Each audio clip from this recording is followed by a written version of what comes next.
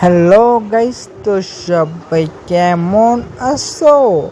আশা করি ভালো আছো। তো আমি আল্লাহর রহমতে অনেক ভালো আছি। তো তোমরা যারা কার্টুন এপিসোডগুলো দেখতে চাও তারা আমাদের চ্যানেল আমার চ্যানেলটাকে সাবস্ক্রাইব করে আমার পাশেই থাকো প্রতিনিয়ত এইরকম কার্টুন ভিডিওগুলো পাওয়ার জন্য। আর হ্যাঁ গাইস, তো এই ভিডিও থেকে একটা ছোট্ট চমক থাকবে, তো দেখতে চাইলে সাবস্ক্রাইব করে আমাদের পাশে থাকো। তো দেরি করছো কেন? সাবস্ক্রাইব করে রাখো আমাদের ভিডিওগুলো প্রতিদিন পাওয়ার জন্য। আর এখন থেকে প্রত্যেকটা ভিডিওতে একটি করে চমক থাকবে। ও, খুব আকর্ষণীয় হবে ভিডিওগুলো। আরে স্যার, কি করেন এসব? আপনারা যে 550 সাবস্ক্রাইবার আছে না, তাদের মধ্যেও মনে করেন যে অর্ধেক এইসবই করে, বুঝছেন? আবার কেউ কেউ তো মনে করেন যে এইসব নিষেধাজ্ঞের ব্যবসা করে। সে তো আর চায় না যে আমি ভালো হই। আমি যদি ভালো হই তাহলে তার থেকে নিষেধাজ্ঞ কিনবেটাকে, এটা তো সে মনে করেন যে বুঝতেছে। তো সে তো আর আমার ভালো হতে বলতেছে না। সে বলতেছে যে আমি খারাপ হয়ে সাথে আপনাকেও খারাপ করে, আর সাথে আর 10 জনকে খারাপ করে, যেন তার লাভ হয়, বুঝছেন? কেউ বিনা লাভে কিছু করে না। আর তার লাভ মানেই উপর মহলের লোকের লাভ। আর তারা কেন ব্যবসা করতে পারতেছে? তাদেরকে তো সহযোগিতা করতেছে, তাই না? এই এলাকার যে চেয়ারম্যান মেম্বার, এ ওয়ার্ডের পুলিশ, এরাই তো সাহায্য করতেছে তারা ব্যবসা করার জন্য। না হলে যে তারা এরকমভাবে ব্যবসা করতে পারে না। আর আমার নিজের চোখে দেখা, 100 টাকা দিলেই পুলিশ একদম ঠান্ডা হয়ে যায় স্যার। এখন সমাজ ব্যবস্থা এমনই হয়ে গেছে। এ সাব্বির, তুমি তো ভালো একটা কথা কছো পারে।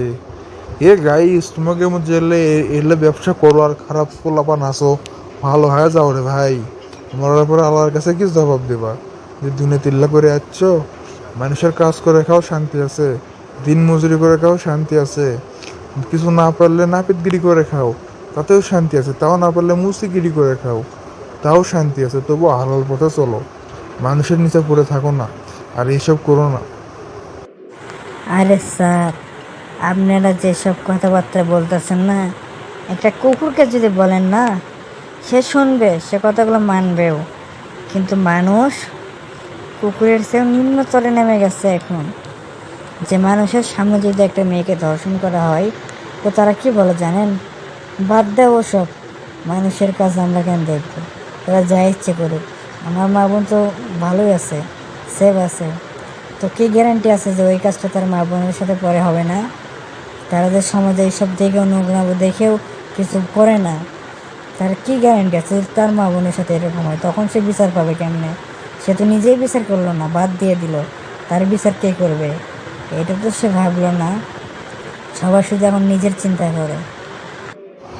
তোমার এই কথার সাথে কিন্তু আমি একদম একমত যে কুকুরের বাচ্চাগুলো মানুষ নামে পরিচিত হয়ে সাময়িক কিছু সুখের জন্য এইসব মেয়েদের জীবনগুলো নষ্ট করে। তাদের তো মনে করো যে সকলের সামনে পুরুষাঙ্গ কাইটা ঝুলিয়ে রাখা উচিত। স্যার, আমি ঠিক হয়ে কোনো লাভ নাই। আপনার একটা কথা বলি স্যার, আপনি যে আমার সাথে এইসব বিষয়ে আলোচনা করতেছেন না, কিছুক্ষণ পর হয়তো আপনার বসে আপনার ফোন দিয়ে বলবে যে আপনার চাকরিটা আর নাই, বুঝছেন? তাই এসব আলোচনা একটু বাদ দেন। আপনার চাকরিটা তো বাঁচাইতে হবে নাকি? এক- একটা কথা কি জানো সাব্বির, আমি এমন জায়গায় কখনোই চাকরি করতে চাই না যেখানে আল্লাহকে সম্মাননা দেওয়া হয় না। বাইরের যখন আজান হয়, এখানে ঠিকই আলোচনা চলে, তখন বাইরে যখন আজান হয় এখানে ঠিকই অনুষ্ঠান চলে, বন্ধ হয় না। বাইরে যখন নামাজ হয়, মসজিদে যখন নামাজ হয়, এখানে ঠিকই গান হয়, ঠিকই বাজনা হয়, ঠিকই চায়ের পার্টি হয়, ঠিকই মদের পার্টি হয়, সব কিছুই হয় এখানে। নামাজের জন্য একটু টাইম কেউ বের করে না। মানে পুরো অফিসে একটা কিন্তু নামাজ ঘর নাই, কিন্তু নেশা করার ছয়টা ঘর আছে। তাহলে ভাবো এটা কি! আমি আজকের এই আলোচনা সভাটাই না, এই অফিসে আমার জীবনের শেষ আলোচনা সভা হবে। আমি তোমাকে কথা দিচ্ছি, আর সবার উদ্দেশ্যে আমি কথা দিচ্ছি এটা।